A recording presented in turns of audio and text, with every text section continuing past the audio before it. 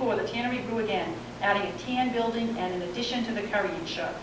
In 1879, another barn was added, and in 1880, a glue stock building, which was probably just a shed to store the animal waste that is usually saved at tanneries and slaughterhouses and used for glue manufacture. There's no evidence that the tannery actually manufactured glue, and no one I spoke with could recall hearing that it ever had.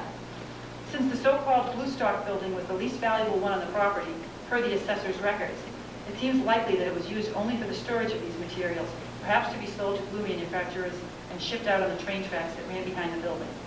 The glue stock building designation disappeared around the turn of the 20th century. By 1880, the federal census reveals that the tannery employed about 40 men on a regular basis, working 12 months out of the year.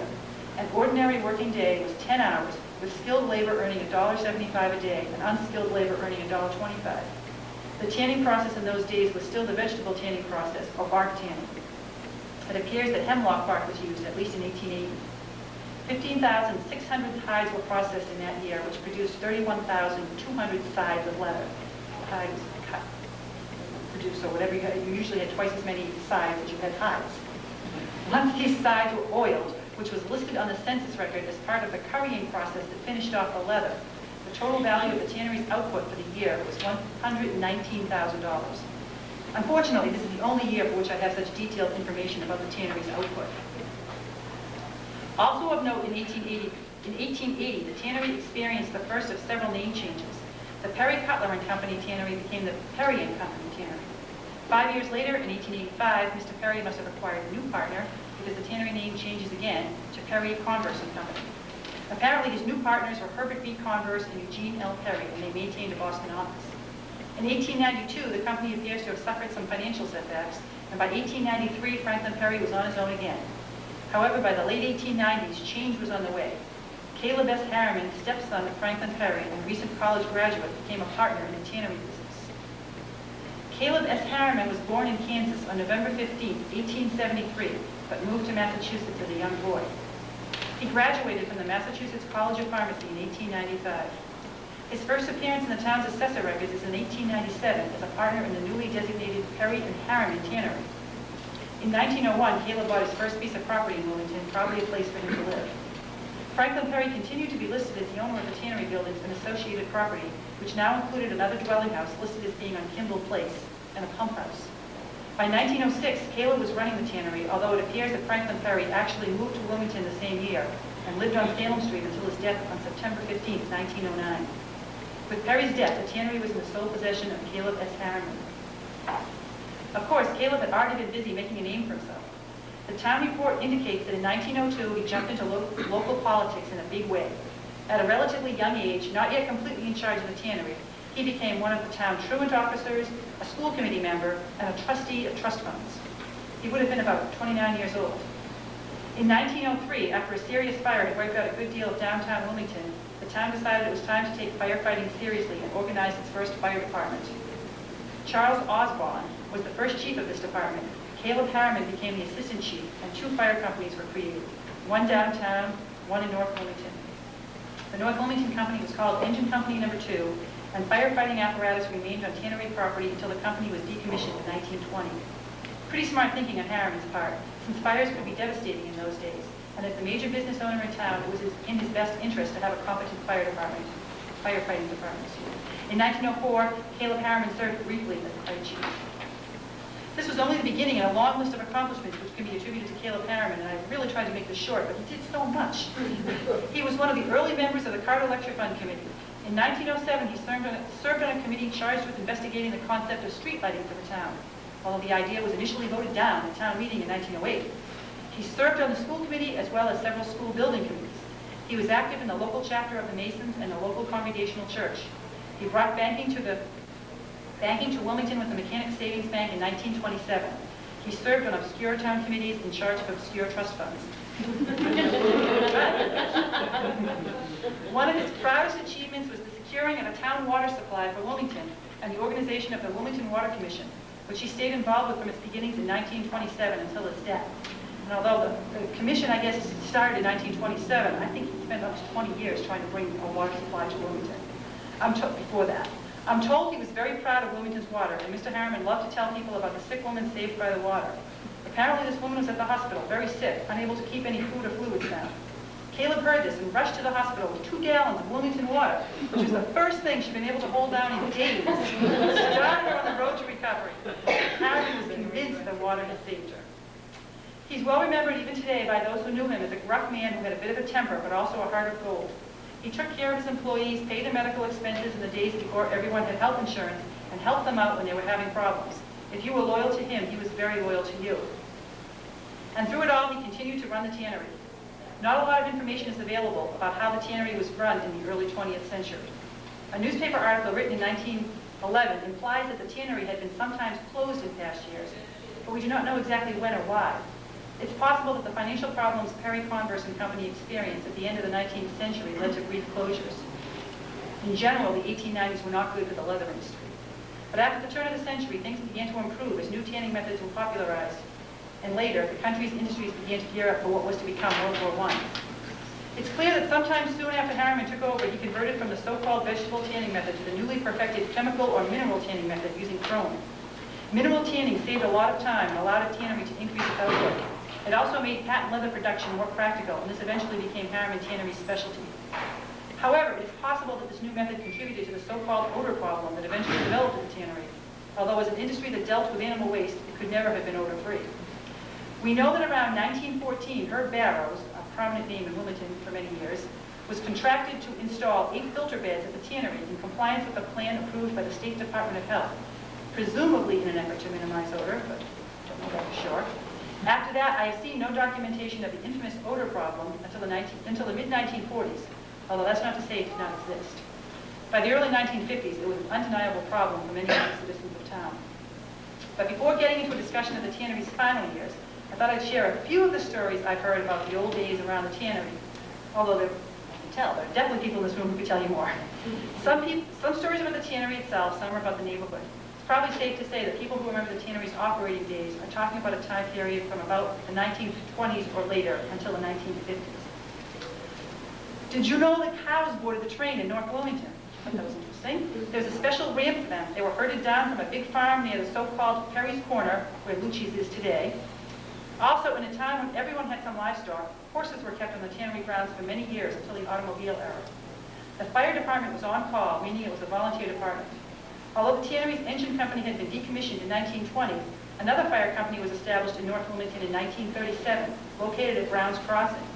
It was called Engine or Company Number 3, but it eventually became Company Number 5, and it remained in commission until about 1956. I spoke to people who remembered the fire horn and seeing their dads or other men hop on the fire truck as it passed by their homes on the way to a fire. North Wilmington, while always a part of Wilmington proper, had more of an identity of its own in those days.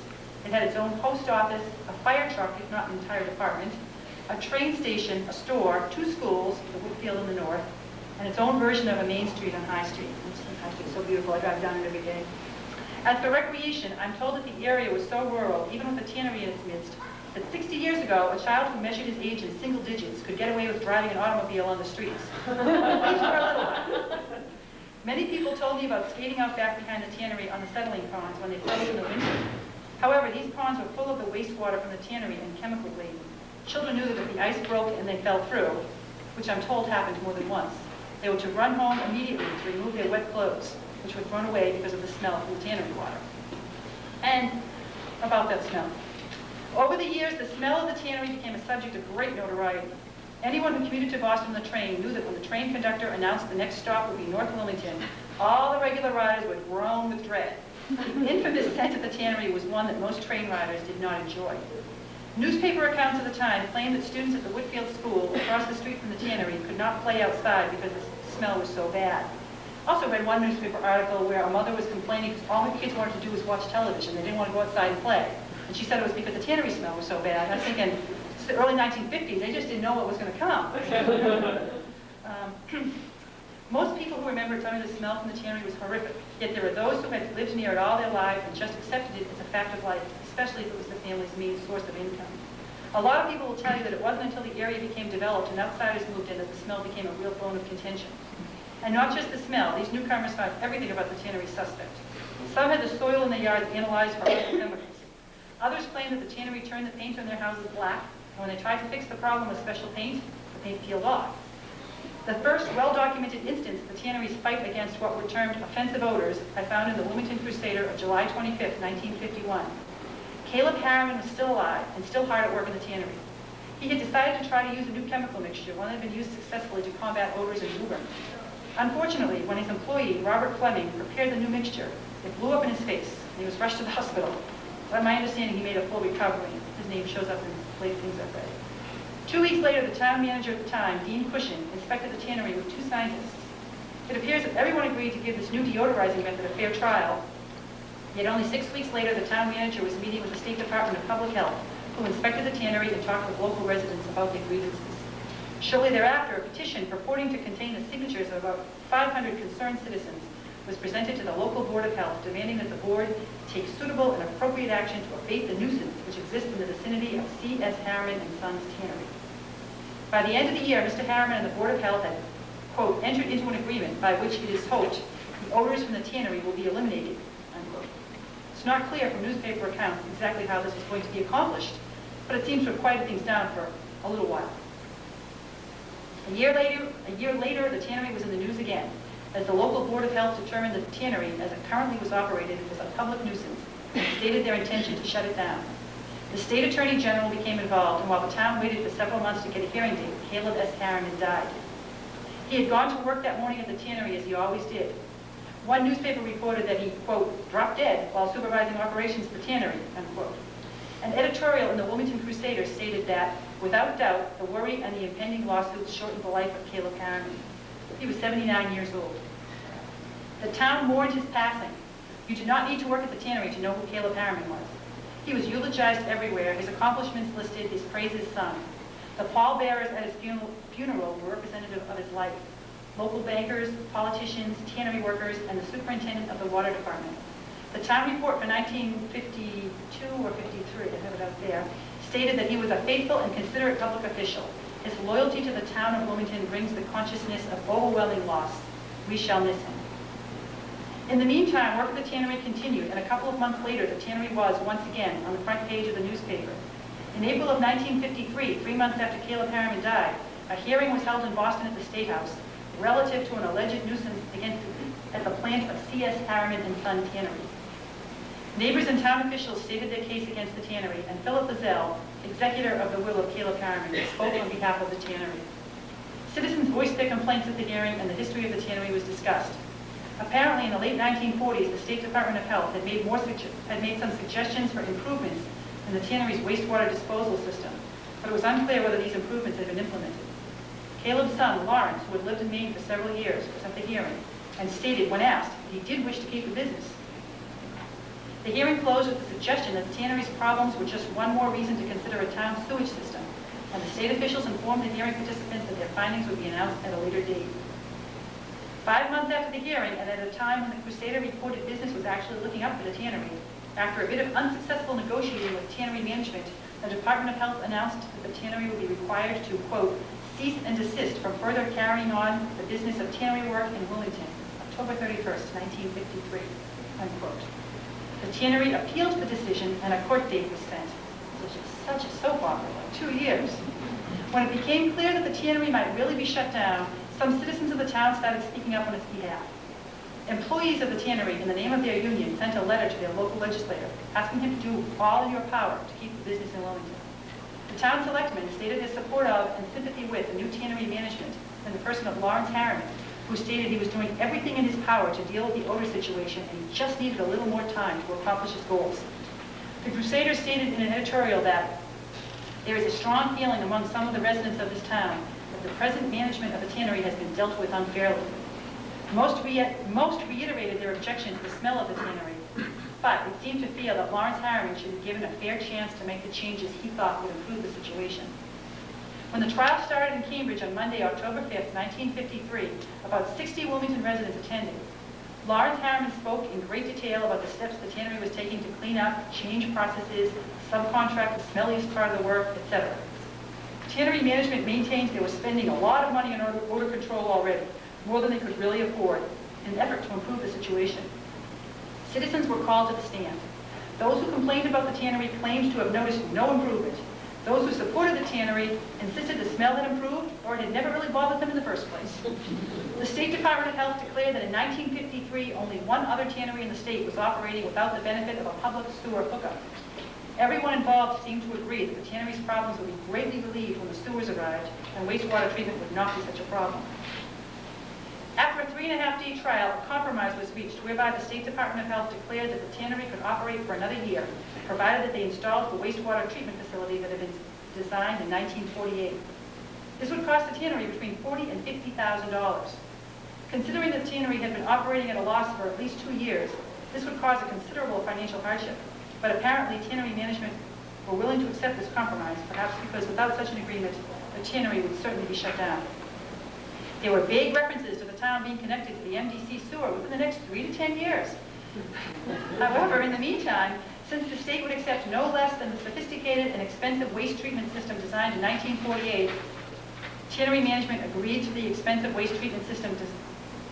Tannery management agreed to the conditions, and the trial was over on October 8, 1953. The tannery had a year to clean itself up. But 3 weeks later, the Wilmington Crusader ran the front page headline, "Harriman's Tannery Closes Its Doors." The tannery was closing. No leather companies wanted to do business with a company that was as compromised as Harriman's now was. It was doubtful whether the tannery would have been able to afford the expensive treatment plan proposed, but without stock to process into leather, the business, already on tenuous financial footing, had no hope of survival. 64 employees were out of work. Once the decision was made to shut the business down, little time was wasted in decommissioning the tannery. Less than 3 months later, the buildings, land, and equipment were auctioned off. The tannery property was bought by Murray Printing Company and used for the next 6 or 7 years as a paper storehouse. I'm told that the high-quality pipes that led to the filter beds were dug up and sold by Murray Printing, allowing them to substantially recoup their costs in buying the tannery grounds. In 1961, most of the tannery buildings were razed, and there was no more tanning in Wilmington. But even as the tannery was winding down in the early 1950s, Wilmington was experiencing industrial growth like it's never seen before. In January 1953, the Wilmington Crusader asked, "Has our industrial phase reached its peak?" and ran an edition of the paper that touted many of Wilmington's new companies: National Polychemical, J.W. Greer, Charles River Breeding Lab, Rafting and Swanson. The new Route 128 had been opened in 1951, and the new town manager was busy soliciting industry for Wilmington from all over Massachusetts. Avcor arrived in 1956, and the size of this new company dwarfed all that had come before it. By the late 1950s, Route 93 had been constructed, making Wilmington even more accessible, and it was no longer a farming town.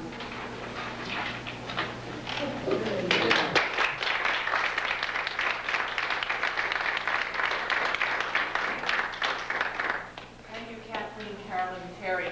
Very well researched, all of you, and very informative. I think we all agree that I've certainly learned a lot about Wilmington. It's very interesting.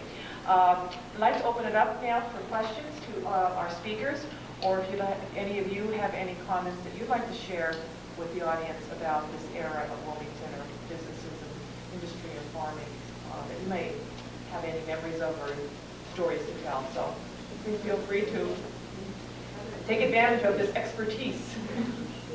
Tell us, correct me.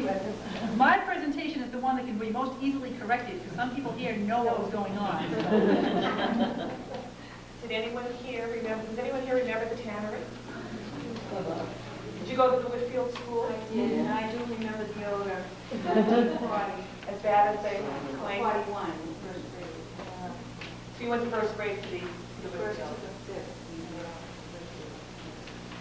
And I understand that the house where the Red Cooperative Bank was where the Irish settlers came and worked in the cannery. What year did Old Shamrock was called. Old Shamrock was the name of the boarding house? Yes, it was Elizabeth Tibbetts was related to Jimmy Stevens. 1730, that house. And that's where the Red Cooperative Bank was? We used to live in there until candy.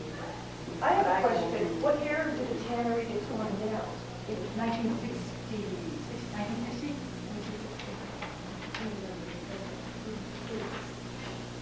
Excuse me, 1961. Although I guess there was a warehouse that was left up until about 1967, because there's an account in the town crier of a spectacular fire in North Wilmington in 1967. And it says it was an old Harriman tannery warehouse, I guess. for some reason, one building was standing. They had a long shed right along the rail tracks that they stored big tanks, that they were using in their storehouse. And that stayed there There for... was a salt house, right, they called it a salt house. We used to swim in the little brook behind the track, and we come out of the water, and our legs would be full of blood suckers. We run over and get some salt, and put them on the blood sucker, and they shrink.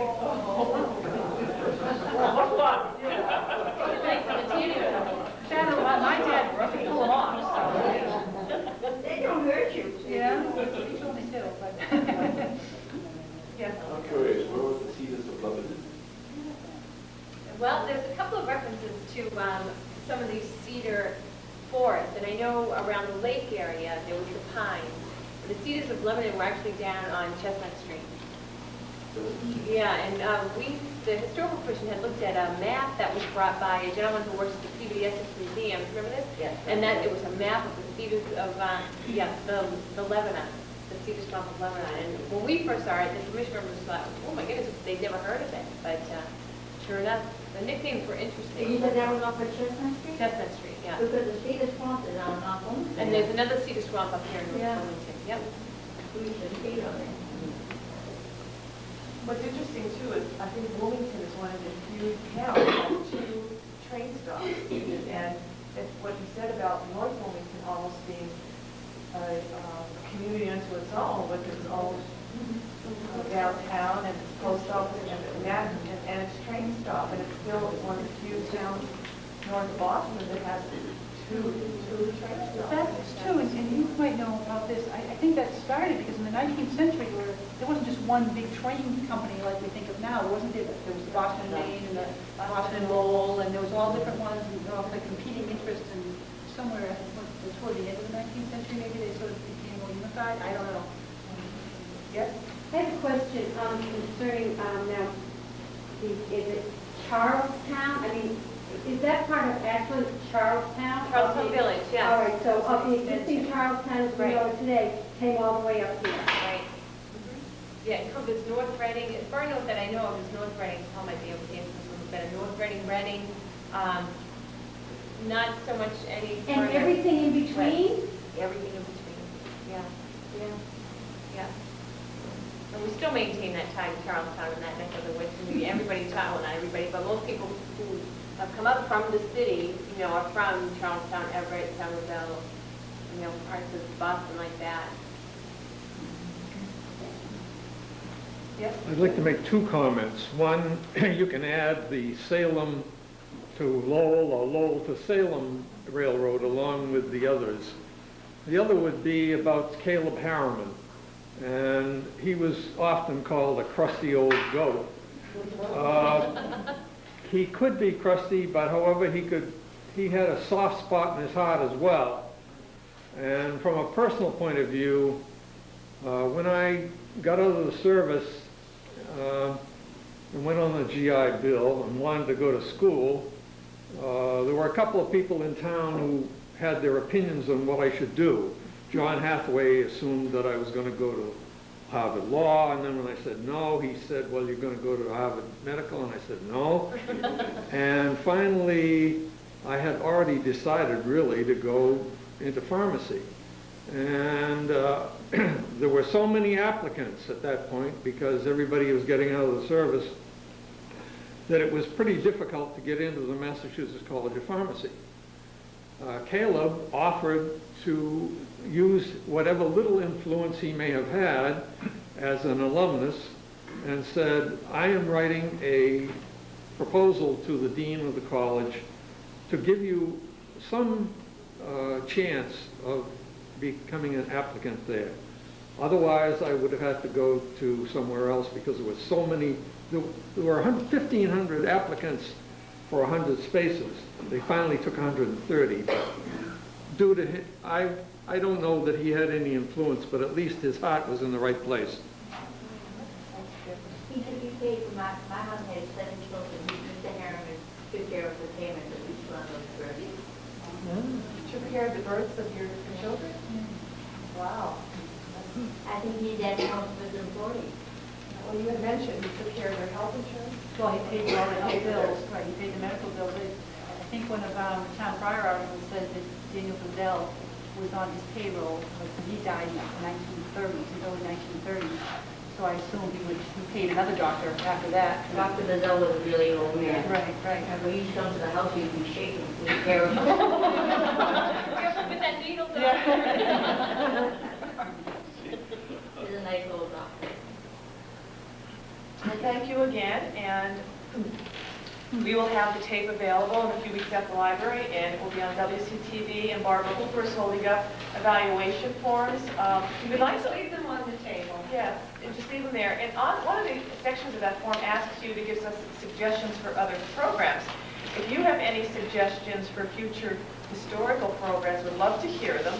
And if you have an expertise in any area of history, we'd love to hear from you as well. So please, share your thoughts with us. And thank you for coming, and you have plenty of time to catch the end of the Red Sox. And refreshments, too. Please take some refreshments. They are delicious. Thank you.